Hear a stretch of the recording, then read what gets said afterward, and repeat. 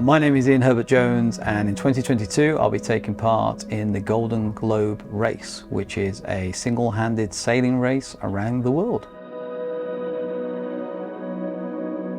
The idea of sailing around the world alone and non-stop has been an ambition, a dream, an idea that's been in the back of my mind for as long as I can remember, really.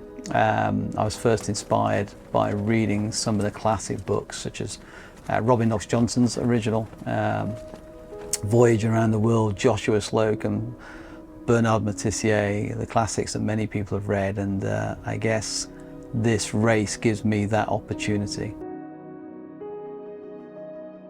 I had read all the books about the original race back in 1968-69, so I was very familiar with the story of the Golden Globe race. And then in 2015, I think it was, I read about a guy called Don McIntyre that was going to recreate that race for the 50th anniversary. So I reached out, made contact, and I wasn't in a position to take part in that first race, but I followed it really closely. And I guess once the race was about halfway through in 2018, I decided I had to make that a possibility for the next race for myself.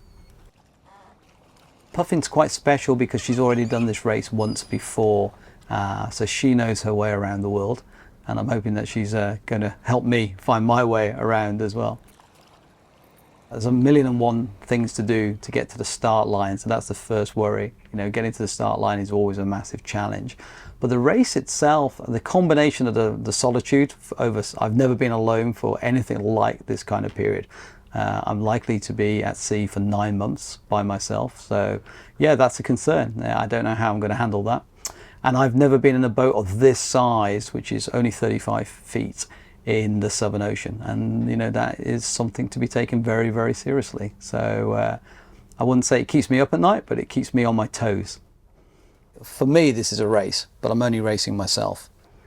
A chunk of this is the opportunity to also unplug and go and sort of discover you know, a world that was so far away from what I've done with my life, you know, normally, and normal lives. So I don't know if that story is interesting to people, but that's how I feel about it, you know.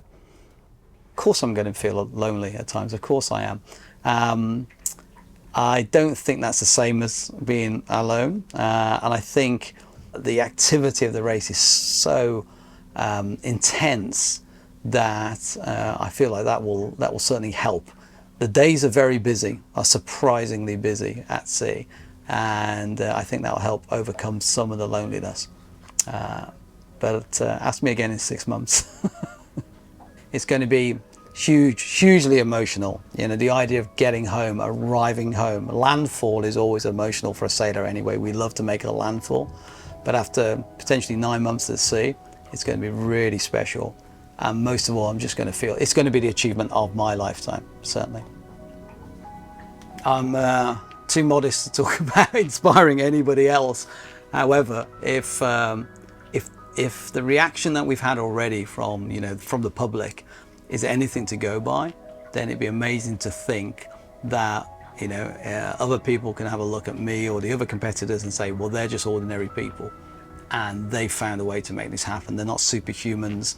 They're not elite sports people. They're not sponsored in a big way, and they can do it. So if that helps inspire somebody to do something else, whatever that is, then that would be just, that would be awesome. And it would be nice to think that, my own children look at this and it has some impact on how they look at their challenges as well, going forward.